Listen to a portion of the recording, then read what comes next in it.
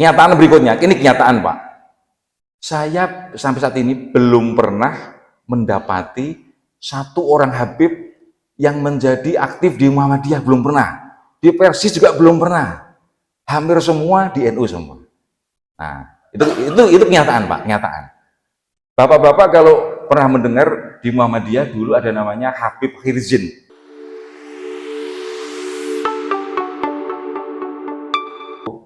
Banyak para Habib tadi itu hijrah dari Yaman ke Indonesia.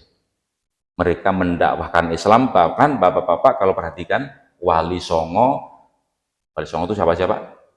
Belum hafal juga ini. Sunan Gresik, Sunan Ampel, Sunan Giri, Sunan apa gitu, pokoknya banyak, pokoknya 9 orang. Nah, kata orang sebenarnya itu bukan 9, bukan Songo, tapi Wali Sana, soal Mbak. Yang benar yang mana? Nah, sama sekalian, di Indonesia Habib ini banyak. Sekedar tahu Bapak sekalian bahwa mungkin 99% Habib yang ada di Indonesia itu fahamnya aswaja, yaitu sama dengan NU. Ini Bapak-bapak juga biar paham. Jadi kalaupun Bapak itu Bapak-bapak misalnya hadir di sini, misalnya tidak senang kepada salah satu Habib, yakinlah itu pahamnya hampir pasti aswaja, Ahlus Sunnah wal Jamaah, sama dengan NU. Cirinya apa? Cirinya ya maulidan, yasinan, tahlilan, apa lagi Pak? Tabarukan, istighosahan, nah gitu-gitu lah Pak. Sama mereka dengan NU di Indonesia. Nah itu Pak. Nah, coba sekalian, bahkan di NU sendiri itu ada, hitungan saya itu kurang lebih sekitar 9 orang Habib yang menjadi pengurus NU. Itu di NU. Nah, karena apa? Karena NU itu berprinsip mencintai, kalau mau mencintai Nabi Muhammad, yang mencintai anak keturunannya. Nah, nanti saya membahas ini sedikit. Begitu, Pak. Jadi kalau mau mencintai datuknya, maksudnya Rasulullah, ya cintai anak cucunya. Nah, itu nanti berbeda dengan Muhammadiyah. Ini Bapak juga berbeda. Minggu lalu kita sudah membahas perbedaan antara NU Muhammadiyah versus gitu. Sekarang kita bahas lagi. Ini tentu saya bukan bermaksud mengotak-ngotakan Bapak sekalian. Ini memang kenyataan yang ada di kita seperti itu. Nah, kemudian sama sekalian, hampir semua Habib itu masuk pahamnya sama dengan aswaja NU. Tetapi saya menilai ada satu orang Habib yang masuk PKS Pak, yaitu Habib Salim Segaf Al-Jufri, gitu Pak. Itu Habib masuk PKS itu menurut saya ya agak unik juga itu. Uniknya kenapa? Uniknya loh, seorang Habib biasanya itu pahamnya aswaja, ini masuk PKS. Ini mohon maaf, bukan karena perbedaan paham tadi ya Pak, tapi ini real. Bahkan Bapak-bapak sekalian, kalau Bapak perhatikan di medsos, itu ada seorang Habib yang murtad. Habibnya masuk Kristen Pak, ada. Bapak cari di YouTube, ada tuh, di wawancara itu. Masya Allah, kok bisa Habib kok masuk Kristen satu orang? Masya Allah, ada juga yang seperti itu. Nah, sama sekalian, berikutnya sama sekalian, kenyataan berikutnya, ini kenyataan Pak. Saya sampai saat ini belum pernah mendapati satu orang Habib yang menjadi aktif di Muhammadiyah, belum pernah. Di Persis juga belum pernah. Hampir semua di NU semua. Nah, itu kenyataan Pak, kenyataan. Bapak-bapak kalau pernah mendengar di Muhammadiyah dulu ada namanya Habib Khirzin. Habib Khirzin itu bukan seorang Habib, itu namanya memang Habib Khirzin saja.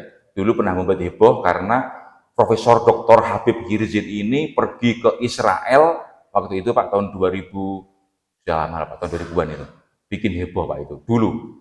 Nah itu kenapa pengurus Muhammadiyah kok pergi ke Israel, namanya Habib Khirzin. Saya pikir dulu ini Muhammadiyah ada Habib ini, ternyata namanya saja Habib Khirzin gitu. Nah itu satu kenyataan lagi. Kemudian jamaah sekalian, kenyataan berikutnya, ini beberapa kenyataan yang barangkali Bapak-bapak bisa menambah wawasan. Ternyata konon katanya Pak, pendiri Muhammadiyah Kiai Haji Ahmad Dahlan itu seorang Habib. Nah ini kenyataan Pak. Kalau Bapak perhatikan beberapa waktu yang lalu Kiai Ustadz Adi Dayat itu membuat silsilah tentang Kiai Haji Ahmad Dahlan. Kiai Haji Ahmad Dahlan itu anak dari Kiai Abu Bakar, anak dari Kiai Ilyas. Kiai Ilyas bin nanti ketemu bin Sunan Giri, ternyata menurut beliau. Songiri itu siapa? Anaknya Maulana Ishaq bin Syekh Jumadil Kubro. Bin siapa? Bin Muhammad Al-Baqir. Bin siapa? Bin Ali Zainal Abidin. Bin siapa? Bin Husain bin Ali bin Abi Thalib atau bin Fatimah Az-Zahra bin Rasulullah SAW. Tuh, Pak. Ternyata menurut Ustadz Adi Hidayat, Ahmad Dahlan sendiri itu seorang Habib. Nah, itu menurut beliau. Tapi nggak perlu kita usulkan. Coba dites DNA dulu, nggak usah. Coba sekalian, begini. Ini kenyataan lagi. Ulama atau ustadz di kita di Indonesia sini, Pak, itu terbagi menjadi dua. Yang satu berpendapat bahwa kalau kita mau mencintai datuknya Rasulullah, kita harus mencintai, mengagungkan anak keturunannya para Habib. Sehingga mereka itu seolah-olah ada kasta tinggi sebagai dzurriyyatun Nabi. Dzurriyyatun anak keturunan, Pak, anak keturunan Rasulullah. Kalau Muhammadiyah tidak, pendapatnya itu anak Nabi itu bukan Nabi, apalagi cucu Nabi bukan Nabi, apalagi ini cucu cicit ke-37 sekarang ini, 36, jelas bukan Nabi. Nah gitu, Pak. Terus apa? Islam itu mengajarkan manusia itu sederajat semuanya, tidak ada kasta-kasta. Karena apa? Allah berfirman, inna akramakum indallahi atqakum. Yang paling mulia itu bukan karena keturunannya, tapi karena ketakwaannya. Itu menurut versi Muhammadiyah Al-Irsyad. Nah, ceritanya Pak, dulu itu terjadi perdebatan antara para Habib ini dengan gini, orang-orang Arab, yang satu orang Arab Habib ngaku keturunan Nabi, yang satu lagi bukan. Perdebatan di dalam dulu organisasi yang pertama di Indonesia namanya Jami'atul Khairat, Jami'ah Al-Khairat.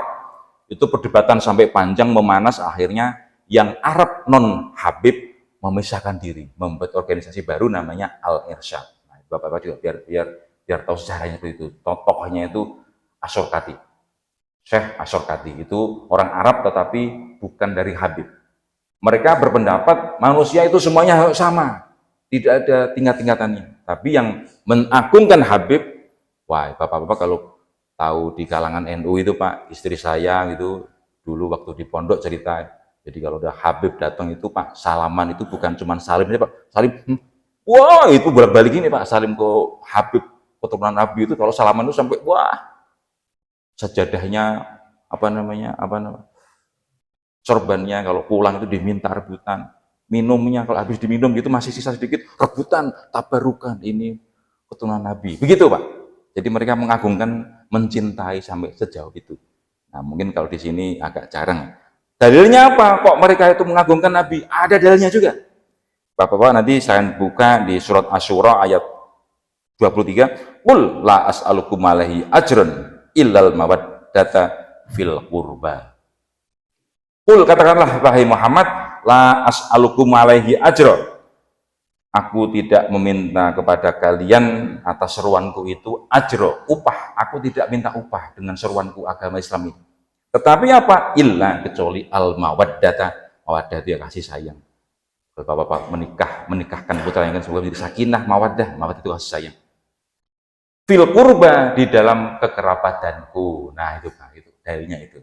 Jadi mencintai keturunan itu mereka berdasar kepada ayat Al-Quran ini. Di bapak sendiri Asy-Syura ayat 23. Tetapi kalau orang-orang yang menganggap mereka itu sama saja, kita mencintai ya sama dengan mencintai orang lain.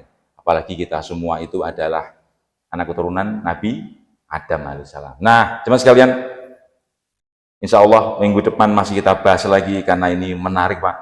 Jadi ada beberapa hal lagi. Begini, Pak, seorang Habib itu kalau menikah harus dengan Habib, dengan Syarifah. Syarifah itu juga harus keturunan Nabi juga.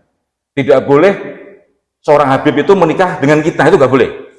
Dianggap pernikahannya rusak. Bahkan yang parah dianggap berzina. Nah, nanti kita bahas. Satu lagi, seorang Habib yang ekstrim, Pak, itu berpendapat telapaknya seorang Habib yang ahli maksiat, ahli narkoba, tukang mabuk, itu masih lebih utama dibanding ahwal seperti awam kita ini. Wah, itu memang kontroversi, Pak. Nah, insya Allah minggu depan kita bahas lagi jamaah sekalian. Tentu begini jamaah sekalian, saya membahas sesuai dengan kapasitas saya. Nah, nanti Bapak-Bapak kalau ingin lebih mendalam silakan bertanya kepada yang lebih berilmu jamaah sekalian, dan saya tidak pada posisi menghakimi salah satu pihak. Insya Allah tidak, saya ingin netral saja. Bapak-bapak jamaah sekalian silakan untuk menilai sendiri. Nah, insya Allah dengan kajian-kajian yang sifatnya terbatas seperti ini, mudah-mudahan dapat dapat membuka wawasan untuk kita semua. Insya Allah kita sampai ketemu lagi minggu depan. Mudah-mudahan Bapak-bapak tidak bosan sedikit menambah ilmu. Aku lu qouli hadza fa astaghfirullah li wa lakum. Terima kasih atas perhatiannya. Mohon atas segala kurangnya. Aku lu qouli hadza wa astaghfirullah li wa lakum. Assalamualaikum warahmatullahi wabarakatuh.